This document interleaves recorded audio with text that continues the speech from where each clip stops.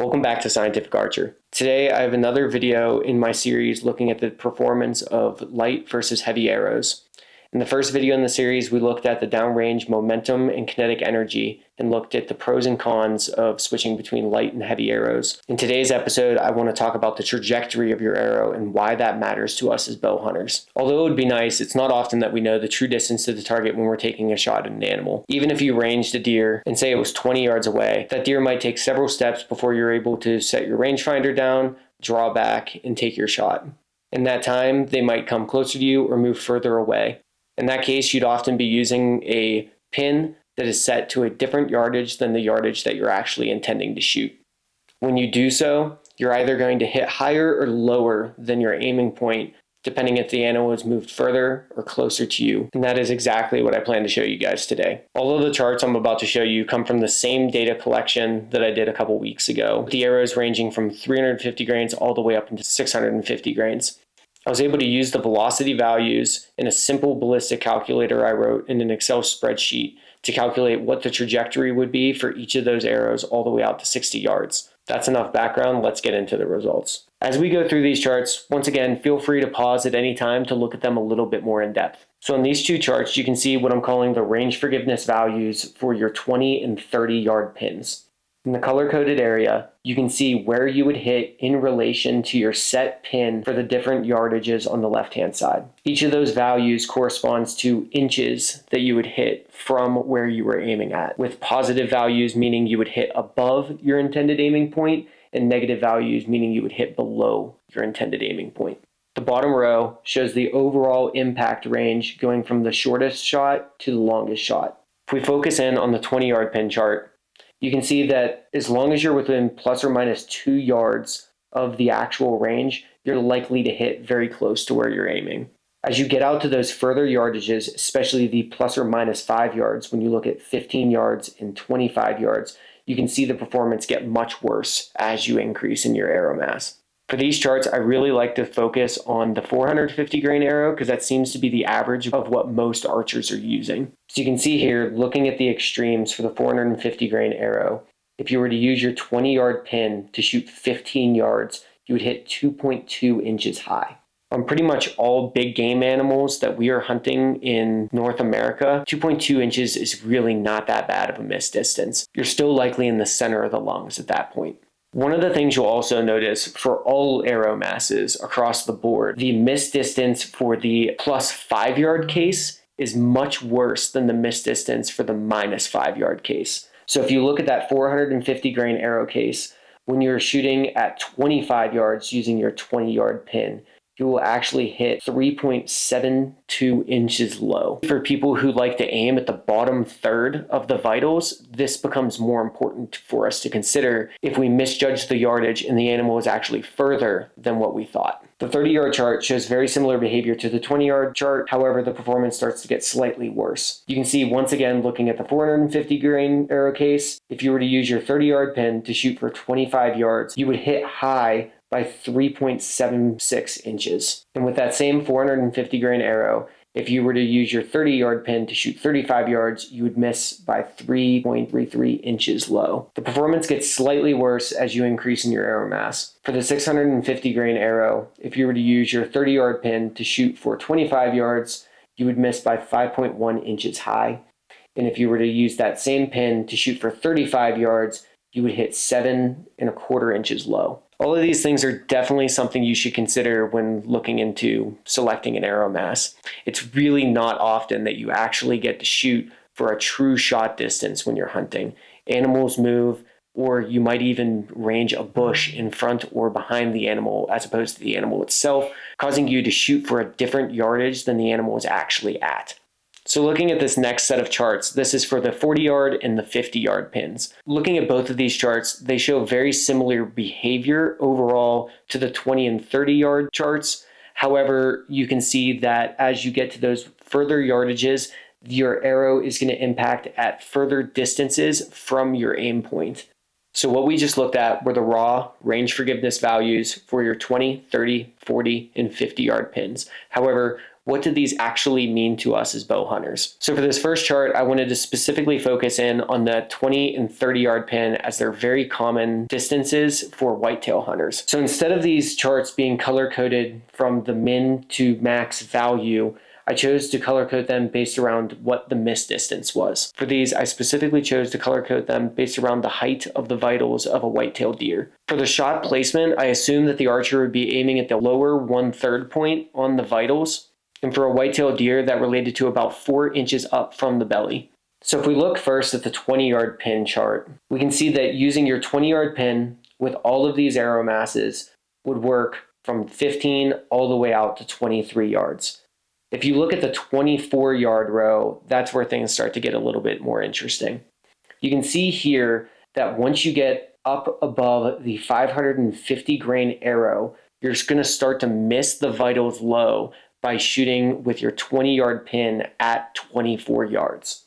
So you can see with the lighter arrows, you get an additional yard or two of range forgiveness, especially for when you misjudge a target and it's actually further than you thought it was.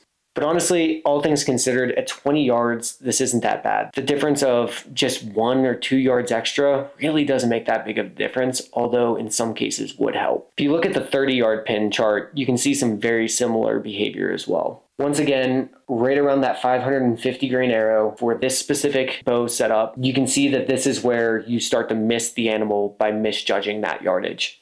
It's not that much, but in the game of inches of whitetail hunting, that could be the difference in you successfully harvesting that animal versus a miserable track job through the night.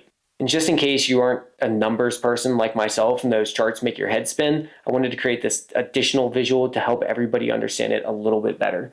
I pulled this image offline of a whitetail's vitals and then overlaid different colored dots corresponding to those different yardages that you shot for.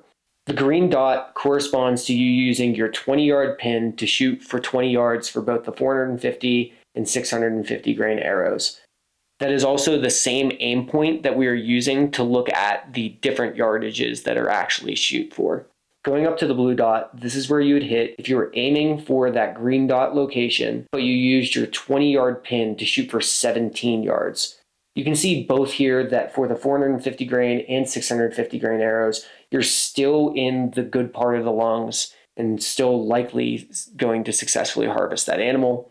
And it's kind of the same story for the purple dot, which corresponds to you using your 20 yard pin to shoot for 15 yards. So you're going to hit slightly higher than the case where you're shooting at 17 yards. This chart highlights where if you shoot for an animal that is farther than you think it is, that's really where things start to go a little bit south. So the yellow dot corresponds to using your 20 yard pin to shoot for 23 yards.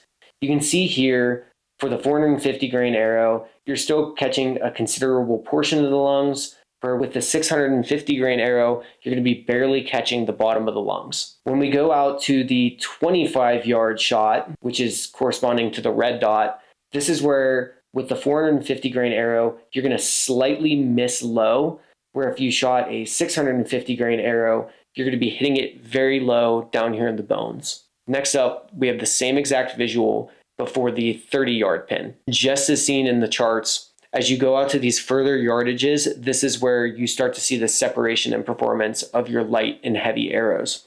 Once again, you can always correct for the yardage that you're shooting by changing your pin location while you're setting up your bow, but it's those cases where you're shooting for a yardage that is different than your pin that you don't realize that is where you can see the different performance in the arrow masses. So you can see here, the blue dot for this chart shows the impact location when you are using your 30 yard pin to shoot for 27 yards. You can see here that both of these arrows are still going to hit high in the lungs and you're still likely going to recover the animal in both of these cases. For the purple dot corresponding to a 25 yard shot using your 30 yard pin, you're hitting those high lungs once again for the 450 grain arrow. However, you're getting really close to the spine with the 650 grain arrow. It doesn't leave a lot of margin if the animal were to duck at all. As we go out to the further yardages, you can see that the performance is much worse for the heavy arrow. If you were to use your 30 yard pin to shoot for 33 yards, you would just clip the bottom of the heart and lungs with the 450 grain arrow, but you would likely miss low with the 650 grain arrow. At 30 yards, once you misjudge by 5 yards and your target was actually 35 yards away, both the 450 grain arrow and 650 grain arrows are going to produce bad shots. You're going to hit that animal low, likely in the leg, in that bone structure, and that is not going to be a lethal shot on that animal. This next set of charts is more specifically focused for the Western big game hunter, specifically guys targeting mule deer out west. Stalking in on a mule deer is very hard, and you're not likely to get those same shot distances that you would prefer for a white-tailed deer. You're often going to get shots more in the 40 or 50 yard range. For that reason, I wanted to show this chart that gets into more common mule deer hunting distances of 40 and 50 yards. And very similarly to those shorter distances, as you increase your yardage, you get less and less forgiving performance out of your arrows, especially when you go up in arrow mass. For the 450 grain arrow, if you were to use your 40-yard pin to shoot for 35 yards, you're still likely to hit the animal high in the lungs. With that same arrow, however, if you even misjudge the yardage 2 yards short of what the animal's actual distance is, you're likely to miss its vitals entirely. That still gives us a roughly 7-yard impact range where we could be off using that 40-yard pin and still successfully harvest the animal. However, if you decided to use a heavy arrow, specifically a 650 grain arrow, to take that same shot, your performance is much worse. You can see that even if the animal was 4 yards closer than you thought it was, you're going to hit 6 inches high. That's going to be very high in the lungs, probably not the best shot. And with the 650 grain arrow, even if the animal is a yard further than you thought it was, you're going to hit it lower than the vitals. That same trend in performance shows itself once again when we go out to the 50-yard pin case. You can see as you go across, the range forgiveness narrows down to this short band of yardages. So this is a case where if you are using a heavy arrow to hunt with, you really need to know the true yardage to that animal when you're taking a shot. You have a little bit more forgiveness with slightly heavier arrows. And I'm not talking extremely light arrows. I'm talking even just going down to a 450 grain arrow. You have a much better performance from a range forgiveness perspective than you do with the heavier arrows. One of the things I will say in looking into this study is it really does stress knowing the true yardage to your target for even some of the lighter arrows, depending on how far you're shooting. I would highly recommend you go out to your local archery range and try this experiment yourself. Set your bow for 20 yards and shoot at a target 25 yards away. See how low you hit. Understand the performance of the specific arrow that you choose to hunt with so that you know how accurately you have to judge the yardage to that target to be successful in the field. I would also highly recommend to anybody who thinks that it is outlandish that you might misjudge the yardage to your target by 3 or 5 yards to go out and shoot 3D unknown. Do not bring your rangefinder with you that day. Do not use anything else to judge the yardage to that target and just guess the yardage and shoot for yourself. You'll be very surprised to see how well you perform shooting at those unknown distances. Not everybody out there is the Levi Morgan and Dan McCarthy's of the world who are incredibly good at judging yardage to game. Hopefully what I showed today was a better way of looking at the trajectory of an arrow than what you've seen in the past. Guys often just consider the overall arch of the arrow as what they consider for trajectory, and I think that's only part of the problem. It's really the variable of not knowing your true distance to your target and shooting for a distance that is different than the pin you are using and hitting the animal either high or low doing so that are the considerations that I use in particular in making my decision on what arrow mass to shoot when I'm hunting. If you like this type of content, please consider subscribing. I'm going to have a video that comes out in the next couple of weeks talking about the time to target and why that matters for us to bow hunters, because the animal can very well move, especially when you're hunting whitetails, before the arrow gets to your target.